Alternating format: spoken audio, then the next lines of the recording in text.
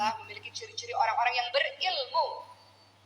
Kalau Quran saja dia sudah hafal, sudah diulang-ulang, pastilah pelajaran lain gampang. Betul? Betul nggak, Bu? Kenapa? Karena otaknya sudah terbiasa dengan ngafal, dengan belajar, sudah terbiasa.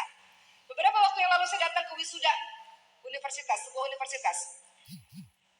IPK tertinggi, si Fulana panggil.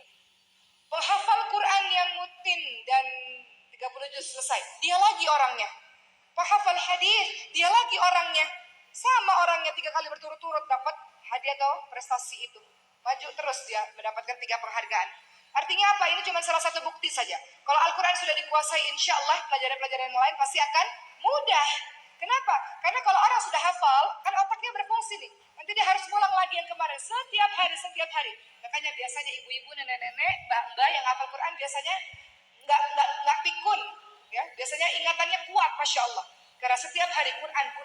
Begitu teman-teman sekalian. Berikutnya, keutamaan dari mereka yang menghafalkan Quran atau mereka yang membaca Quran siang malam, Masya Allah. Selain mereka mendapatkan ciri-ciri sebagai orang yang berilmu, yang kemudian yang kedua, teman-teman sekalian, adalah pastinya yang kedua adalah dia mendapatkan kedudukan yang tinggi dalam syurga pastinya. Ditawarkan pada penghafal Al-Quran, baca dan naiklah. Baca Al-Quran dengan tartil sebagaimana kamu membacanya di dunia. Sesungguhnya posisimu terakhir adalah tergantung dari ayat-ayat yang kamu baca atau yang kamu hafalkan. Jadi posisi kita di syurga itu naik terus tergantung dari ayat-ayat kita atau ayat-ayat Al-Quran yang kita hafal atau yang kita baca. Bukan lagu-lagu, Bu. Di Al-Quran nanti bukan ditanya lagu apa yang kau hafalkan, naik ya ke posisi berikutnya, enggak. Melainkan ayat Quran mana yang terakhir yang kau baca itu, yang kau hafalkan itu, kau boleh berhak naik derajat syurga berikutnya. Begitu teman-teman sekalian. Berikutnya teman-teman sekalian, orang-orang yang mencintai Al-Quran, membaca Quran, suaminya, istrinya, anak-anaknya, pasti kehidupannya tenang. Pasti. Kenapa? Karena ingat tadi, orang yang membaca, orang yang menghafalkan Al-Quran, dia bersama para malaikat yang mulia lagi taat. Kita baca Al-Quran tadi tuh yang awal-awal, walaupun Al-Fatihah, Al-Ikhlas, An-Nas itu ada malaikat-malaikat. Apalagi membacanya setiap saat di dalam rumah. Rumahnya adem, rumahnya tenang. Kenapa? Karena anggota keluarga membaca Al-Quran. Percaya nggak, Bu? Kenapa rumah kita panas? Kenapa marah-marah terus? Karena ada anggota keluarga yang mungkin tidak dibiasakan Quran itu di rumah. Bagaimana kalau anak saya sudah baca Quran, suami saya nggak baca Quran? Misal, doa, insya Allah, nggak ada yang nggak mungkin. Tiba-tiba kalau Allah kasih hidayah yang tadinya kata nggak mungkin, akan menjadi mungkin, insya Allah. Jadi, teman-teman sekalian, keutamaan orang-orang yang mencintai Quran, dia pasti punya hati yang tentram, yang tenang, rumahnya tenang, insya Allah. Kenapa? Karena dia ditemani oleh para malaikat-malaikat. Rasulullah pada hadis riwayat Muslim dari Abu Hurairah radhiyallahu anhu, suatu kaum tidaklah berkumpul di rumah dari beberapa rumah Allah untuk membaca Al-Quran, untuk mempelajari Al-Quran, untuk merenungi Al-Quran, melainkan ketenangan akan turun kepada mereka. Rahmat akan menutupi mereka, malaikat akan menyelimuti mereka, dan Allah selalu meridai mereka. Jadi kalau cari hidup tenang itu sebenarnya nggak usah kemana-mana sebetulnya. Ternyata ada di Al-Quran yang sering kali mungkin kita abaikan atau mungkin kita sepelekan. Sering kali. Makanya seorang muslim itu nggak boleh kalau di tasnya nggak ada Al-Quran, atau zaman sekarang sudah ada handphone. Paling nggak kalau kita nggak bawa Al-Quran, paling nggak di handphone kita adalah aplikasi Al-Quran. Al-Quran itu bisa dibaca di mana-mana teman-teman sekalian, kecuali toilet ya. Bisa dibaca di mana-mana, teman-teman lagi nunggu baca Quran. Lagi di mana baca Quran, seperti itu. Dan tentu saja tidak hanya di dunia diliputi ketenangan teman-teman sekalian, tapi juga di akhirat. Kita tahu bersama bahwa ketika orang-orang ini, anak-anak atau kita ini menjadi orang-orang yang mencintai Al-Quran, maka nanti orang tuanya akan diberikan mahkota kemuliaan dan jubah kemuliaan. Kata orang tuanya, kenapa saya dapat ini ya Allah? Dikarenakan anak-anakmu yang menghafalkan Al-Quran. Di masyarakat hafaz teman-teman sekalian, itu banyak sekali anak-anak yatim dan duafa. Ketika saya tanya, biasanya kami tanya, kenapa menjadi penghafal Al-Quran? Kami ini di dunia miskin. Saya nggak bisa membahagiakan orang tua saya dengan harta. Saya nggak bisa bahagiakan orang tua saya dengan sekolah yang bagus di luar negeri mana. belum bisa pada saat ini. Tapi insya Allah dengan Al-Quran mungkin mudah-mudahan membahagiakan orang tua saya di dunia dan juga di akhirat. Atau mereka yang orang tuanya sudah meninggal dunia, saya nggak sempat membahagiakan orang tua saya, nggak sempat membanggakan orang tua saya. Maka sekarang giliran saya untuk bisa menghafalkan Al-Quran. Dan banyak anak-anak kami, Bu, Masya Allah. Mereka banyak bukan dari pesantren bahkan. Mereka banyak dari sekolah-sekolah umum yang nol istilahnya. Alif batasa bisa lah, tapi tidak mahir. Mereka bisa menyelesaikan hafalan Quran, mereka bisa asalkan punya tekad yang kuat. Rata-rata tekad mereka adalah apa? Mau bakti sama orang tuanya. Begitu, Masya Allah. Masya Allah, luar biasa.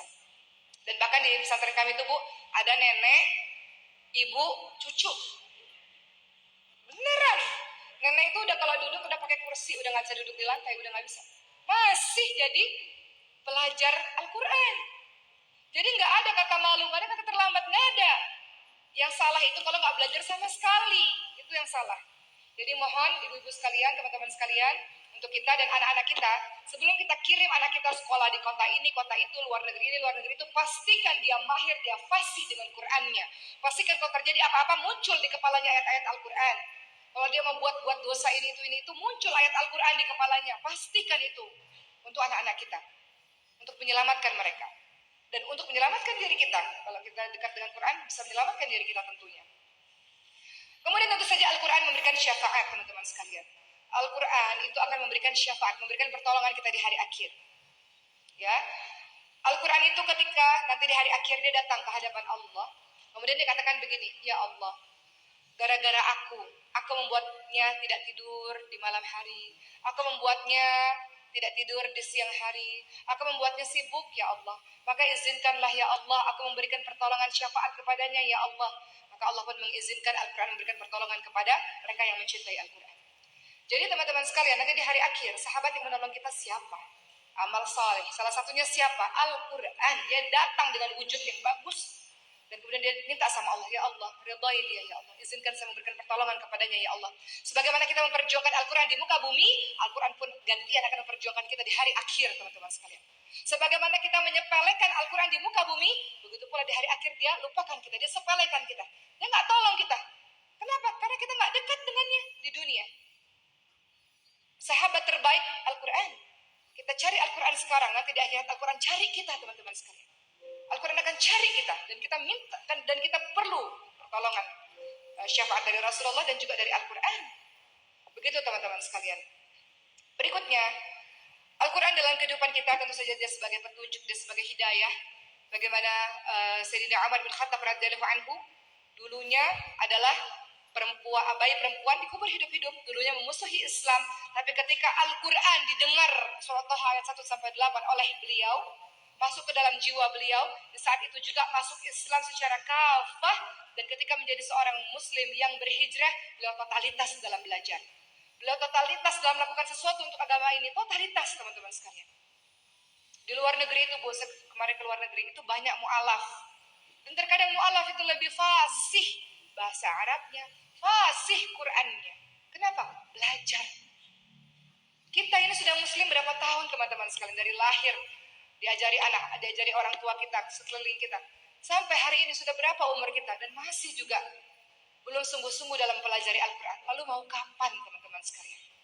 Kenapa kita kalah dengan teman-teman mu'alaf yang begitu bersemangat? Mereka mencari agama ini, mereka mencari, mereka belajar, mereka mentelaah. Betapa susahnya mereka belajar dalam pencarian mereka dan betapa susahnya mereka menjadi seorang muslim di negara minoritas muslim. Kita ini Indonesia mayoritas muslim, betul? Cari guru Quran gampang, masjid di mana-mana gampang. Masih nggak istiqamah dengan Quran, bagaimana mungkin? Kemarin saya dapat beberapa tahun yang lalu, kami pernah pergi ke Spanyol, Bu, ke muslim, berkunjung ke muslim Spanyol. Mereka menitipkan pesan ini kepada saya. Oke, tolong katakan kepada orang-orang Indonesia, bersyukurlah wahai orang-orang Indonesia, kalian menjadi seorang muslim mudah, mau belajar agama mudah, tidak seperti kami yang susah, sulit. Bersyukur itu dengan cara apa? Dengan cara sungguh-sungguh belajar agama ini, teman-teman sekalian. Agama ini menuntut kita untuk belajar. Iqra bismi rabbikal ladzi khalaq. Dalam surah Al-Alaq kita suruh baca, teman-teman sekalian. Kita suruh mentelaah.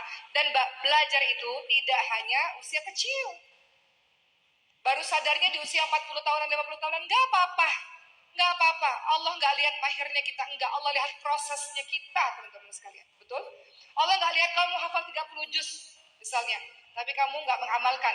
Allah lebih lihat mereka yang proses sungguh-sungguh bermujahadah, sungguh-sungguh untuk membaca. Dengan tetesan air mata kadang-kadang, ya Allah susahnya ya Allah, saya pengen bisa ya Allah, tapi dia nggak berhenti terus-terus. Allah menghargai orang-orang yang seperti itu, teman-teman sekalian. Jadi jangan kita abai, ini pendidikan paling utama untuk kita, untuk anak-anak kita, paling utama, paling utama. Kalau nggak ada tempat-tempat di sekitar kita yang bisa, itu sebabnya ya kalau di sini ada gadis-gadis belajar Al-Quran dari sekarang, karena kau akan mengajari anak-anakmu Al-Quran. Kalau ibu-ibu yang lagi mau nikahin anaknya, cari mantu yang pandai Quran, ngecek tuh bacaan ngajinya, Bu. Bagaimana mungkin dia nggak bisa ngaji, misalnya imam, atau bagaimana mungkin seorang wanita nggak bisa ngaji, jadi ibunya anak-anak untuk ngajarin. Jadi itu juga syarat wajib juga ya kita tanyakan. Al-Quran tidak hanya sebagai petunjuk, dia juga sebagai obat. Obat apa? Obat hati yang gundah gulana, obat sakit badan.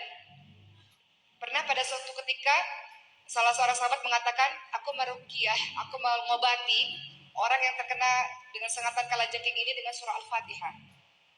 Jadi itu ayat-ayat untuk kita bisa menyembuhkan. Al-Fatihah kita baca. Atau pernah pada suatu ketika Rasulullah sakit, Siti Aisyah radhiyallahu anha mendoakan dengan surah Al-Ikhlas, Al-Falaq, An-Nas. Ditiupkan, kemudian diusapkan kepada bagian tubuh yang sakit. Begitu teman-teman sekalian. Asyifa, dia obat, tidak hanya obat hati, obat badan, dan obat sihir. Obat sihir, percaya sihir itu ada? Apalagi kalau orangnya sudah di jabatan-jabatan tertentu, ada orang yang dengki atau apa, tiba-tiba ada sihir. Ternyata Al-Quran adalah obat dari sihir juga. Makanya kita dianjurkan zikir pagi dan petang, teman-teman sekalian. Baca Al-Quran, dia obat dari gangguan berbagai macam jin yang kadang mengganggu kita atau dikirim oleh orang-orang. Baca Al-Quran, sahabat-sahabat sekalian. Ya, terakhir dari saya, teman-teman yang dirahmati oleh Allah Subhanahu Wa Taala, mengenai Al-Quran ini, masya Allah, ada 7 jalan untuk kita membersamai Al-Quran. Yang pertama adalah dengan membacanya setiap hari. Membacanya dengan apa? Warattilil Qur'ana tartila. Allah Subhanahu Wa Taala katakan membaca Al-Quran dengan tartil, tajwid yang betul. Membaca Al-Quran dengan tajwid itu hukumnya wajib, teman-teman sekalian, wajib. Nanti kalau nggak baca dengan tartil, nggak baca dengan betul, nanti salah artinya, beda.